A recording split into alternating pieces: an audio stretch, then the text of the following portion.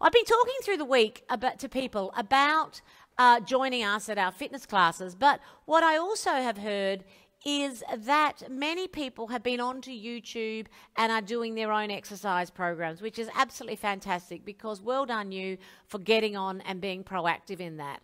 But what I'm worried about is looking at the technique of some of the exercises. So I thought I'd put together this for my team that are coming and joining me live on our Facebook video, on our Zoom calls in the week during our fitness classes, but also for anybody else who is doing exercise out there and maybe doing things without their trainer, doing it for the first time, following it on Zoom or whatever, and really just, are you getting your technique right? So I wanted to use today to go through some of the maybe the five best exercises that you can do at home.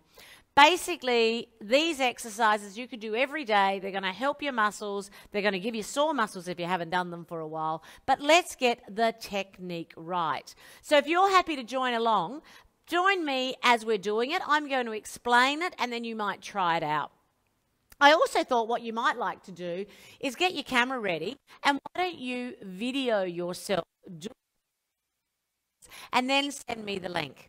Because if you'd like me to give you a technique critique, if you would like me to go through that with you, we can then have a private and I can run that through with you. So I just really want to make sure that everybody has got good technique when it comes to doing exercises. So I'm going to move my chair. I'm going to get ready. This is for you. Hopefully you will join in at home, watch what we're doing, take some ideas and some techniques with you, and then as you do your exercises during the week, you will also benefit from doing them correctly. So we're going to start with the first one. Now remember, what I'm going to do today is I'm going to run through the basics of setting up these exercises, which is what I call level 1. But during them, you can actually increase these, and you could go level 1 does this, level 2, level 3, a whole bunch of variations, and that's what we do here at the gym. I have different people that join our classes, and some just do level 1, while someone else might be doing a level 7. So let's start off with a squat. What is a squat? I always say to people, the first thing you're going to do when you're setting up for a squat is we like to have your toes open 30 degrees. So here they are flat. Here we go, open up. So you have your feet about 30 degrees. That's the first thing. As we're going down into the squat, which is basically sitting on a chair, I want your knees to go in the angles of those toes, in the direction, not over them, of course, just in the direction of the toes. If you're watching and you want to join in, give me a thumbs up, let me know, and I'll make sure that I'm adjusting it for you. So, open up our toes 30 degrees. Let's do this from the side on. All we're going to do is poke our bottom out. I lead with the bottom, and I'm just going to push that out and squat down. Now, that's a squat. That's all you got to do. Up and down. All right? So, we're just going to go back down and squat and come up. Now, have a look at a few angles with me. If you look here, my angle of my calf and the angle of my back hopefully are around about the same angle. Now, it gets down to your size and your shape, but you really want to make sure that you're going in this lovely arc, that your back and your legs are going at the same angle. What we don't want to do is we don't want to push our knees forward. So none of this. That's not doing anything. That's just doing, I don't know, a knee bend. What's my bottom doing on this one? Nothing. So we're going to start with the bottom, lead with the bottom, and go down. If you're a beginner, please do not go deep like I am. Go little tiny ones, just like this. 1, 2. All right, so that's a squat. That's all we're doing. We're going down and up. You do this 100 times, you'll notice it. There's a whole range of things you can do with a squat. I get my team to go down and pulse, right? So you're working harder. I get my team to go down and lift their heels up, but not move the upper body. So then again, working the lower part of the legs. I get them to do an aeroplane squat, where we squat down and we fly up using some arms. I get them to do a dumbbell squat, where we're holding weights here and lifting up. So there's a whole range of different things. There's squat jumps that you can do. But we need to get the technique right, and that's what tonight's about. It's about technique. So what are we doing again? Open up your toes 30 degrees. I'm going to do it from the side so you can see my butt.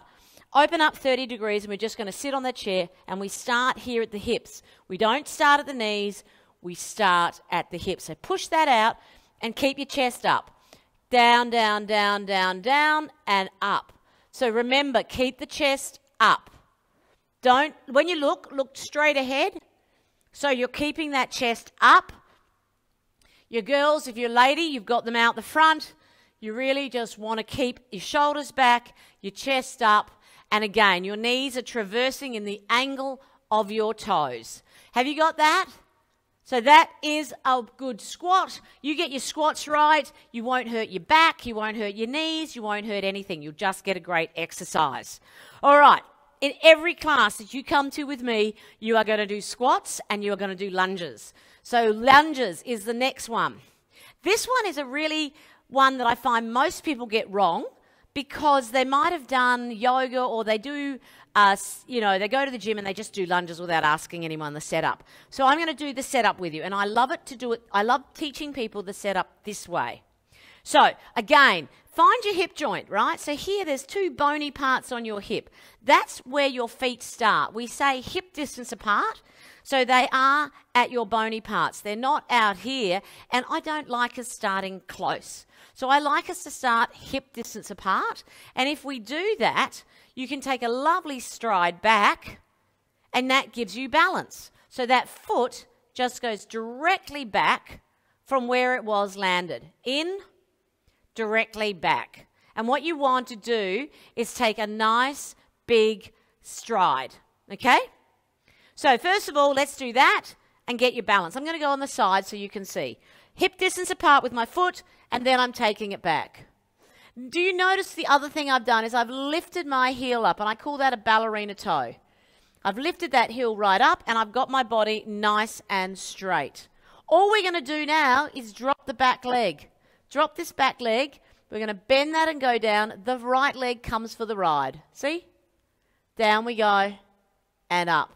Now, again, what I want you to do is I want you to notice the front leg and the back leg. As I go down, what you're noticing here is 90-degree angles, okay? So 90 degrees and 90 degrees at the back.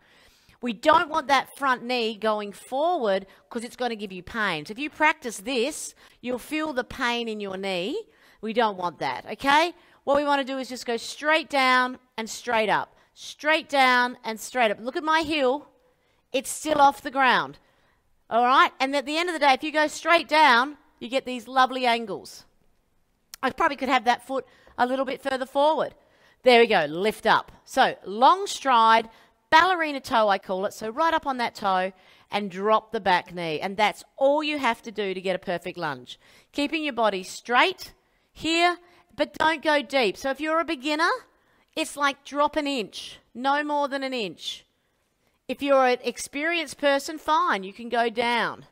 And only when you've mastered the lunge can you do a step, all right? And if you're going to step backwards, down and up. I'm going to show you one more thing about the lunge. Really what I'd like you to do is practice these in the mirror. Because here's the big thing. Can I get my knees closer to the camera? You need to check your knees out here. This is the next thing that's important. I've set the setup. I've told you about the ballerina toe. I've shown you to drop the leg. Hip distance apart, take that leg back. Now, look at the back knee as I drop it down. It is going directly over that toe, the back toe. So it's straight, okay? Straight up, straight down. What I see a lot of in the gym is people who let their leg drop. They do it for it happens for several reasons. One is they're going too deep. So as they go too deep, the leg caves in. Can you see that? As you go too deep, the leg caves in. What's happening is your butt is not strong enough to do that move. So it doesn't get engaged to do it. So you just go sloppy. So what's key? Again, hip distance. I'm going to go forward this time with the other leg. Forward this time. Drop that leg. And so you have to go small. Don't go deep. So small until you build the muscle up. So again, we want that leg to be straight. The straight knee at the front as well. See my angles? I'm not letting anything cave in. This is, I see all the time at the gym. I see people do these cave-in moves. Bad. Good. Good move. Straight down. You want to basically cover that toe and you want that knee to be in a direct alignment. So this is what you're looking for. So practice it in the mirror and that's what you're going to be looking for. Setup again is long stride, hip distance, long stride, ballerina toe, drop the leg and make sure it goes straight. Keep your body upright. Don't let it drop because that's going to drop your hips. One of the things I teach people is put your hand on your bottom as you do this because you know whether you're dropping your hip because if you do, that whole bottom goes aside. So lunges are very important and if you get them right, they work the muscle brilliantly. If you get it wrong, then you're just going for the ride. So what do you do with a lunge? After you perfected it, then you can start your stepping lunges. But don't step until you have mastered that direct straight line. So lunges are vital. Remember, also people will get it easy. They might just do one leg and pulse. We're staying down. That's making it harder. Okay, or full length and down. Depth will hurt. So don't go too deep if you're just learning or you're just starting out. Already I'm noticing that. So lunges are divine. Do them. They work that whole core area, that butt area, the legs. They work it all. They are brilliant. Here's another one. So that's 1 is squats, 2 is lunges, 3 is a hip hinge. Now, this is a move, we did it in the squat, but this is a move which is really important if you've been sitting a lot. So if you work a lot, you have really tight hip flexors. So we want to be able to bend them, and we also want to be able to stretch our hamstrings. So this is about getting into a hinge right here at your hips. So I like to put my hands here on my little V shape here around my hip joint, and what I'm just going to do is I'm just going to bend over, but I'm bending over from the hip, not from the waist, okay? From the hip. So we're just going to push the bottom out. We talk about push the bottom out all the time here in the gym. So standing up, I just want you to literally lead with the butt. See, push the bottom out. This is a little bit like Rocky Horror Picture Show. Push the bottom out. Keep your shoulders back. Keep your chin up. Look ahead and watch me go. See, I'm just turning over and pushing my bottom out. Now, the best way to learn this is put your hands on your bottom and tilt over, feel your hands expand. When your fingers stop expanding, you stop moving. Because what's going to happen is you're going to then bend over with your back. This is wrong. No, don't bend over with your back. Keep your back straight and bend over with your tushy, right, through the hip. So hands down here and just roll out. 1, 2, 3, 4, up, 2, 3, 4. I like to do it in a nice slow count. Go down and go up. Are you noticing my legs are not moving? Just my bottom is being tilted out. My legs are not moving. I like to get down flat with the back so that I can put a bottle of champagne on it and then come back up again. So this is the start of your deadlifts. It's the start of your kettlebell swing. It's the start of everything we do here, your rows, everything. So if you can master the deadlift or this hip hinge, you will master most things in the gym.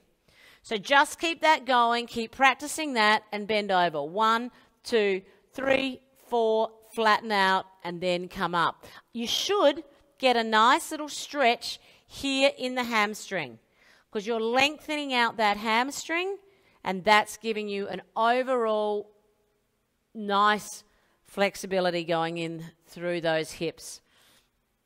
All right, add a bit of weight, you'll notice it. We often do this with a bar. In our virtual classes, we do it with dumbbells. And often we'll have 2 dumbbells here and we'll row. So that's a lovely move we like to do in the gym where we're holding still and we're just rowing up. But again, I have to start with this move first before I can go to the row. So deadlift, hip hinge, that's the move. It's also the move when I'm doing my kettlebell swing, right? Or my dumbbell swing. You see, it's all here in these hips. So I want you to practice that. Most importantly, look in the mirror, have a look. If you like, take a video of yourself, send it to me, and I will correct you and give you some tips. And then we'll do it online. We'll get a Zoom call going. Complimentary, of course. I want you to get your technique right. So we've covered squats. Go back and have a look at it if you didn't come in early enough. We've covered lunges. We've covered the deadlift. The two other moves that I think, or three other moves I think are really key. 4 other moves. I'm going to do 4. Let's do upper body. So upper body biceps. Biceps are really easy. Anyone can do a bicep. But what I see often is people with biceps and they just, lift their arms up and swing them back, right? So I don't know, that's sort of like a swinging machine. I prefer wherever you start your arm is where it stays. So if you start here by the side of your body, that's where it stays, okay? So that elbow is under the shoulder and you're just rolling that up. I love that move. That's really easy. If you want to start here, fine, but you must end there. So it's a little harder on the forearm as you do that. So if you've got a bicep, we're just going up and back down, all right? So with our biceps, I like to just keep that elbow under the shoulder. Remember, there's no swinging. It's a control up and a control down. And by having it in that same spot, you're really working that bicep muscle. So that's that one. Some people, I will often do it this way because there's a hammer curl. We call this one a hammer curl. And it's really easy when you want to take that above the head to the shoulders. So I like to do the hammer when I'm adding in a shoulder press as well. But again, from a side, we start there, elbows underneath, all the way up, elbows back, all the way out. No swinging at any point in time. And I like to just cover off the bicep because I do see swinging in the gym and we don't want that. We want a nice controlled move.